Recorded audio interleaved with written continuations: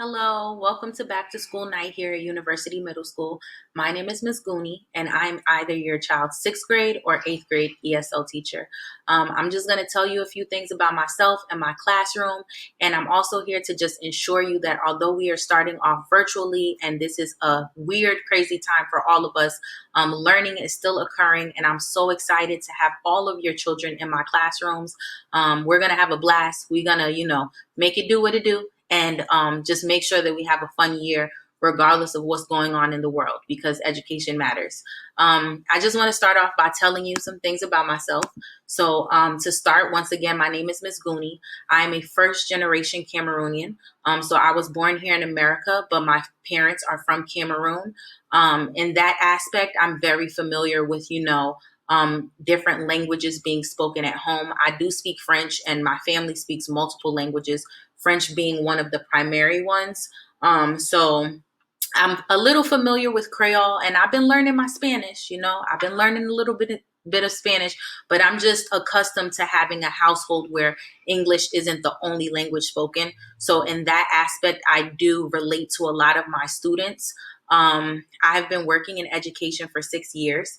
I've been a teacher for 3.5 years, and some of you may know me from Florence Avenue School because I previously taught there. So some of my kids are now middle school students, and they're like, Miss Gooney, you're my teacher again. So I'm excited.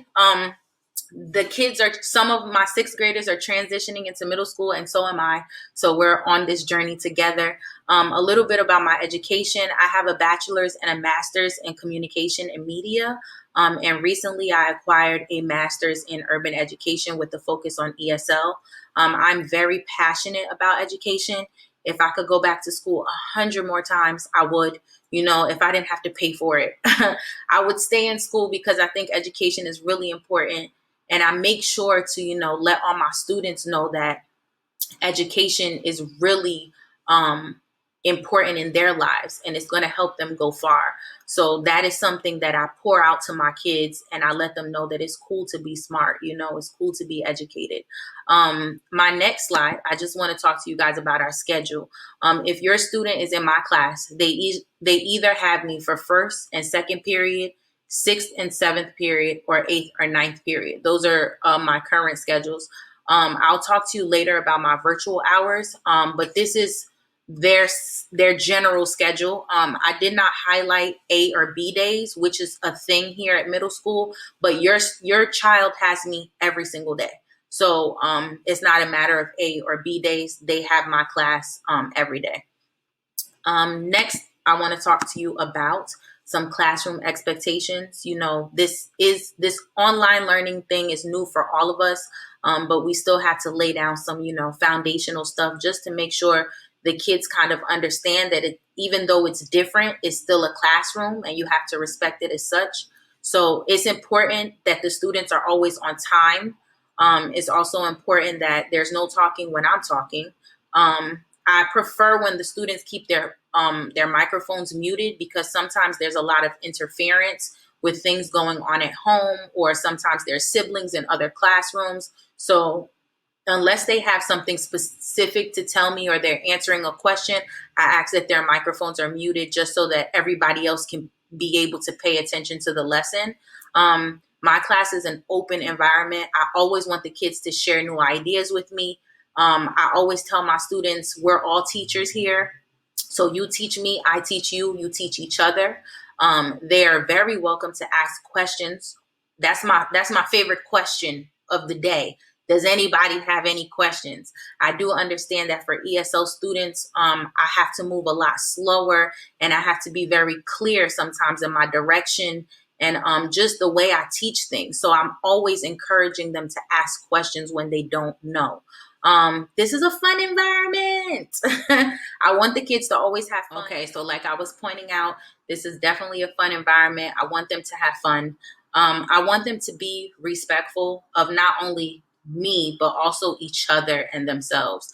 I want them to use technology appropriately. I would just recommend paying attention to their profile pictures on Google because I've had to talk to a few students about the images they choose as their profile pictures. But most of them have been okay, but just a few, they want their favorite rappers and stuff, and it's not always an appropriate picture. I always encourage my students to always do their best. I'm never looking for perfection, but more so effort. So that's something that I definitely tell them all the time. And showing their face is optional. I do understand that, like I said, some of them have siblings that are in class. Some of them just don't necessarily feel comfortable always showing their face. So as long as they're in class and they're attentive, I'm okay with that. I do prefer that they show their face, but it's not a requirement in my classroom. Okay, moving on. So this is our current grading profile. They will have tests and essays. They will have quizzes and projects. They will have independent work, and how they behave in class and how they respond does count towards their grades. You can see here, this is what everything is worth. I'm going to move on. I'm very into mantras and positive affirmations. So we have a mantra for this year, and it goes a little something like this. It's like, what is time? Time waits for no man. When do I do my best? Now. Why? Because my life has purpose. What will you do with it? Great things. Like I said, I love education. I think that students should be excited about learning. And this is a mantra I feel like that just re-emphasizes the fact that education is important and that it's important to give your all in the moment.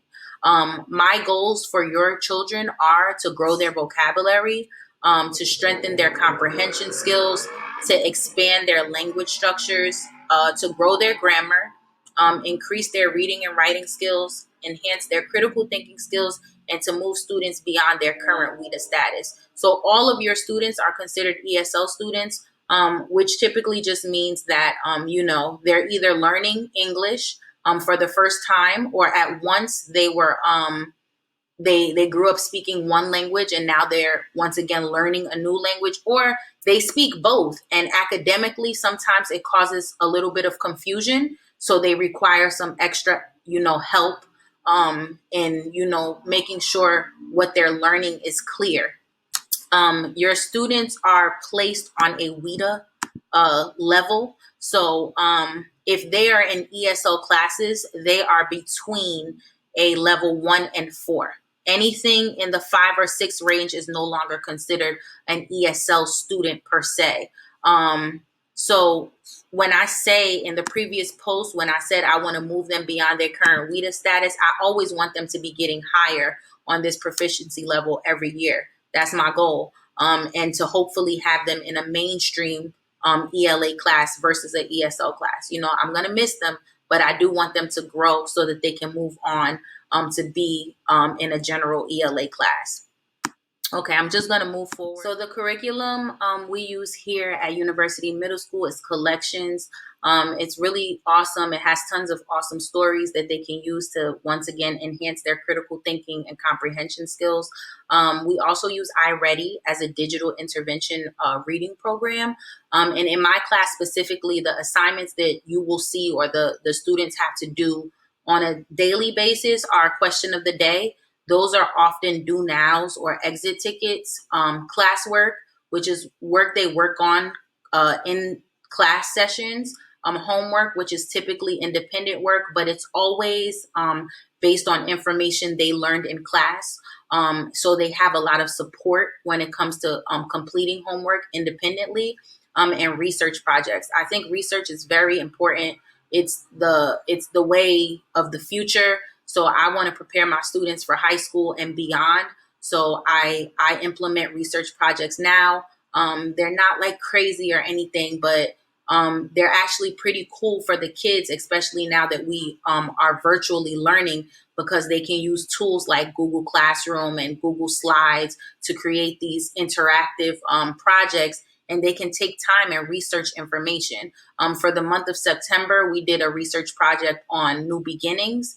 And in these projects, they have time in class and at home, or, off, not during class hours, to work on these projects. And I guide them. Once again, I give them a lot of supports. I provide directions for these projects in both English, Spanish, and Creole. just in case anybody at home wants to help. So that's research projects. And some resources that I really, really recommend for my students to use, especially for my students who are very new to the country, are Google Translate. There's a barrier that online learning creates. I'm not gonna lie about it. So Google Translate can really help your student, you know, get the information I'm giving. I try my best to make sure all my information is translated in both Spanish and Creole. But because I want them to acquire the English language, I can't do that all the time. I want them to, wrestle with the information and just strengthen their brain and do some of that on their own. So Google Translate is awesome. Talk English is another great website, and learn that word. The links will be posted in my classroom, so you guys can click them whenever you need to. Moving forward, and these are my policies, and it's really one policy, and it's that all assignments are due on time. Timeliness is very important to me. I want the kids to know that it's something that should be taken seriously. When they turn in work late, they lose points in my class. And I only accept work from a specific month. So in the month of September, from September 1st till September 30th, I'll accept your work. If there was an assignment due on September 9th and on September 30th, it hasn't been turned in by October 1st, I will no longer accept it, and your child will receive a 0. I'm very flexible with online learning. I know that there are a lot of things going on, but I also want to, um, give them that discipline just so they know that, when they get to high school, when they move on to the next grade, when they get into the real world, there are deadlines and they need to be followed. So this is probably my strictest policy. Is the one of the policies I'm most serious about is that students turn in their work on time. And after each month, I no longer accept old assignments from the previous month. So lastly, I do have virtual office hours. And during these hours, I don't mind meeting with students who need extra assistance. The Google code that they can use is NGU4, and that's available Monday, Tuesday, Thursday, and Friday. I'm sorry. And parents, if you have any questions for me, you can always reach me at this email that is listed here, which is my first initial G, Goonie. I'm at irvington.k12.njus. I hope I was thorough in the information I provided with you. Once again, it's going to be a great school year. We're dealing with new things, new experiences, but I'm very confident that it's going to be a great school year, and your children are going to learn a lot this year. And technology it is challenging, but you know what? It also provides and opens a door for a different and more exciting way to learn. So I'm excited. And please reach out to me if you have any questions.